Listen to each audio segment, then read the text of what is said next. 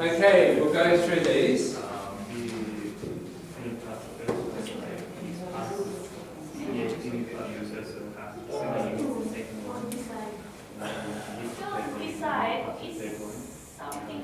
Decide is a dynamic verb or static. Thinking is static verb. Think is static. I was deciding, I mainly, I think of it as stated. Stated? But think. I was deciding, he was deciding, you can say he was deciding whether to apply for the job or not. Was deciding. You can do it. But usually he When you decided. make the decision, you will decide that's happening in the moment. No, but you can say he was deciding.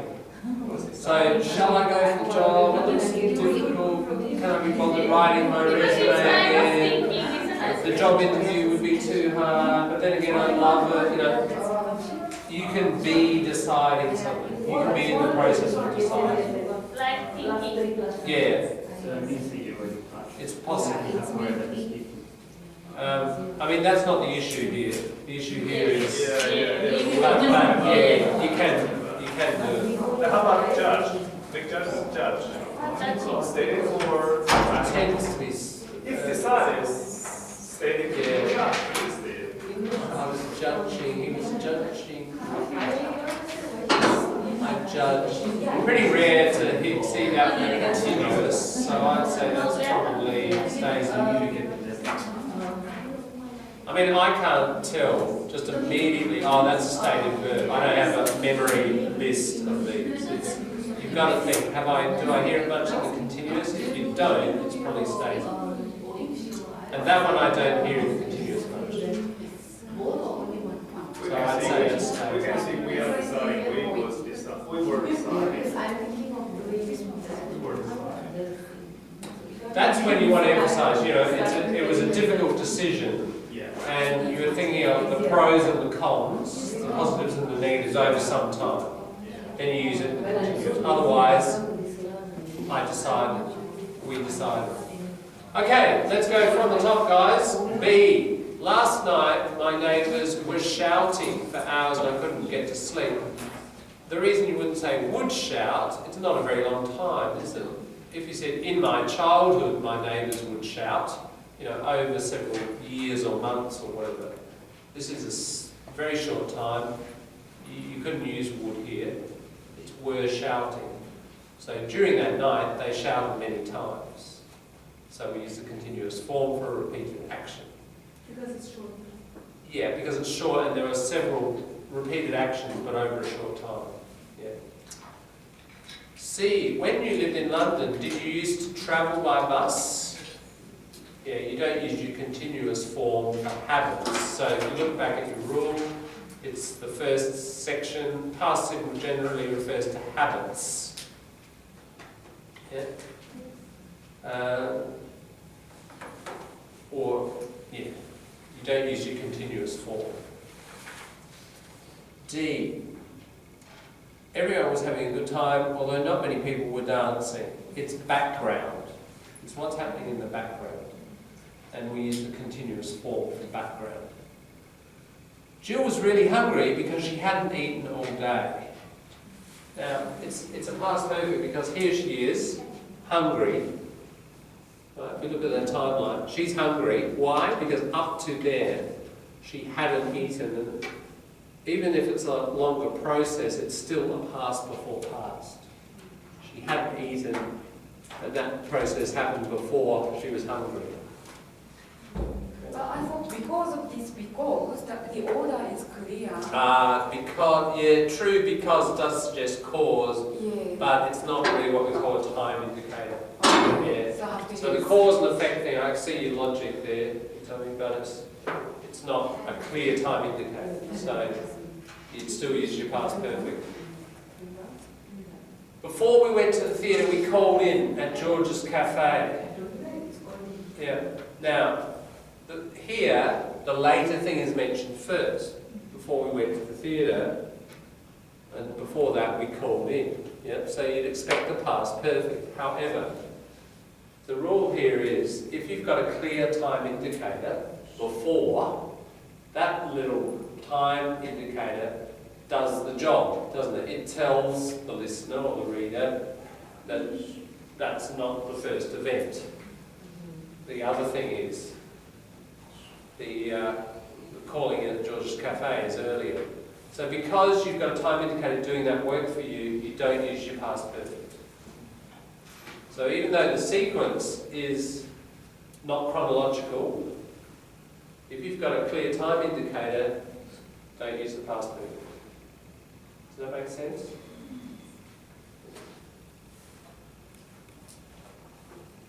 Gee, it took a while for me to notice, but then I did. Everyone was staring at me. What had I done wrong? Background. So, foreground is the person themselves. This is happening in the background, like in the whole room. So we use the continuous form. John, Yeah. what about if we say, when you were living in London, when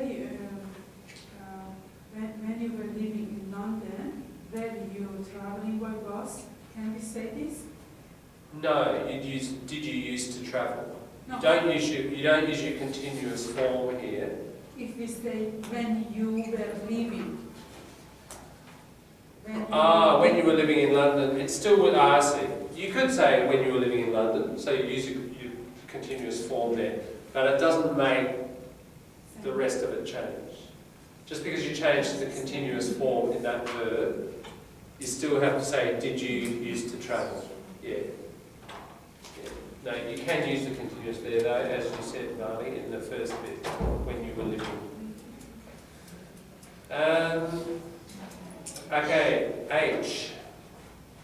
Nobody bothered to tell me that the school had decided to have a special holiday on Friday. Now, so nobody bothered to tell me. Okay, so here's the bothering to tell somebody about a past decision, isn't it? So bothering to tell, and the earlier decision, they had decided to, what did they decide to do? To have a special holiday. Yeah, so you're mentioning them, not mentioning them in chronological order, you're mentioning the later one first. Is there a time indicator? No. Is there a before or an after? No, there's not. Therefore, past perfect is necessary. You get that? Anyone lost with that one? It's out of sequence, it's not in chronological order, there is no time indicator, therefore you've got to have something to do the grammatical work to show that that later thing is actually first. So you have to have a had decided, you have to have a past perfect there. I was trying to get in touch with you all day yesterday. Where were you? Yeah, it's a little bit like the neighbour shouting, you know, again and again and again and again. You phoned, you emailed, you texted, many times, continuous. So that's a continuous form. Excuse me, but this seat is mine. Oh, I'm sorry, I didn't realise that you were sitting here. Okay. So, let's have a look at the time. We've got two events, realise and you were sitting here. So you were sitting here first and then realise or didn't realise, yes? So that, I didn't realise that you were sitting here. Yeah, you'd say, I didn't realise here, not I hadn't realised. Hadn't realised doesn't happen first, does it? You'd only use that if the realisation was first and then the sitting. Well, that's impossible. You can only realise somebody was sitting there if they were already sitting there. Yeah? So, that's that one. Alright, well, John, yeah. but we don't say, I didn't realize you have been sitting. No. I didn't realise you'd been sitting there. I didn't realise you could. I didn't realise you'd been sitting there. You have been You could. but not very... I didn't realise you were sitting there. You were sitting.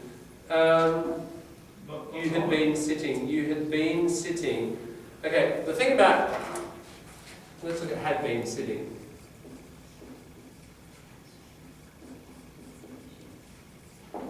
had been sitting means up to that moment, up to then, you'd been sitting there. Probably stopped there. Yeah. And really, this guy, you know, this interchange is about now, isn't it? It's kind of up to now. So that's why you use the were sitting. Were sitting there up to now. Yeah. Gets tricky. Now the next one, we'll have a break, but the next one is actually about adverbs. You know, we're looking at past and past perfects and so on. It's pretty important. Time indicators. Next one's about time indicators.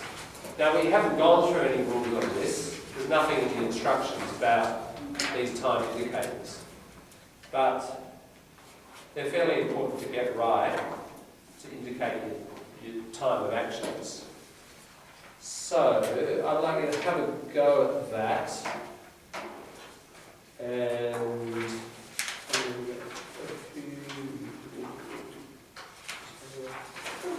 yeah, let's have a look at 3 over the page. Do these tonight. Yeah, have them ready tomorrow to discuss. Number 3 or number 2?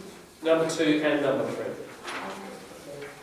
Let's have a look at number 3, what you have to do.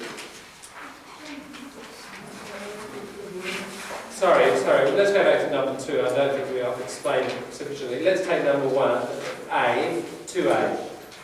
Once or afterwards I'd read the manual, I found I could use the computer easily. Try them out. Out. Once I'd read the manual. Afterwards I'd read the manual. Yeah, you'll never hear afterwards I'd read the manual. Once I had read, isn't it? The I is not would there, it's a had. The apostrophe D is in English always, it's either had or would. And it can get a bit tricky, you've got to decide which one it is. Here it's a had, so you've got to pass perfect. Once I'd read the manual, I found I could use the computer easily. We cannot put would once I would read. No, that doesn't work here. It doesn't make grammatical sense. Yeah. Now, afterwards I read the manual. Afterwards doesn't work here. But we could change it and it would work. Change it a little bit. After I read the manual, yes. We could say, after I read the manual, I found I could use the computer easily. So what's the difference between after and afterwards? Tricky. You can say I read, not the I had. Which one? You said after I read the manual. Yeah. You can get rid of the had. No, you'd still say after I'd read. Yeah. I might have missed it out because you can say it without that. You can say after I read the manual, after I'd read the manual, both work. Without had. After I read, because it's a time indicator. So I think I automatically said, after I read the manual, yeah, I did, didn't I? And that's because you've got a clear time indicator, and we don't need our past perfect. You could say, after I had read the manual, that would be okay. You're kind of doubling up, but it's okay. In that. Still sounds natural. Can you say, I had read the manual afterward? I found I could use the computer. Yeah, with a full stop. Yeah. Do it again, please. Say it again. You could do that. I had read the manual. Full stop. Yep. Afterwards, I found I could use the computer easily. Perfect. Now, here's the difference between after and afterward. If you think about it, after is working, your time indicator is not, what is it? After I read the manual, after is like a preposition, isn't it? After I read, no, it's not a preposition. Certainly afterwards is an adverb. After I read, after, I would have thought it's prepositional. But it's, yeah, after I, we're following it with a noun. After I read, yes. After is a preposition. I'll do it after lunch. We'll do it, after the lesson, after the break, we'll do some fill patterns. After is a preposition. Afterwards is an adverb. And that's how you're using it, Lisa. Afterwards, comma, I found I could use the computer easily. So that they've got different uses. And here, you've got to have a prepositional structure. No, you don't. Once is not a preposition either. This is really hard to explain. I find these tricky to explain. They're just, you just got to kind of know. So this is difficult stuff. It's difficult. But have a go at it. Have a go at it. And Always afterwards is adverb. yeah, that is right. Afterwards is an adverb, definitely. We'll have lunch afterwards. Right? It's working as an adverb. I'm just not sure what once is doing. Once, I recommend. I have to think about that. Once Once upon a time. Conjunction. It's not a conjunction. It's not joining anything. Once I... Oh yeah, I guess it is. Once I da-da-da, I found. It is. You're right. It's joining two clauses. It helps to join two clauses. It can be the Yeah, after I da-da-da. Yeah, that's the answer. Thanks, James. After here also is a conjunction. After one clause, another clause. It's joining them. preposition. But afterwards is an adverb. Afterwards is an adverb and can't join two clauses like this. That's right. What preposition? Conjunction. After here is not a preposition, it's conjunction. It's working as a conjunction. Here it's working as a conjunction. Yeah. Tricky.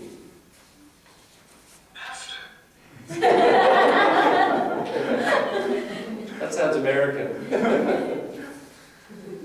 Okay, so that's 2. Have a look at 2. 2 will be tricky.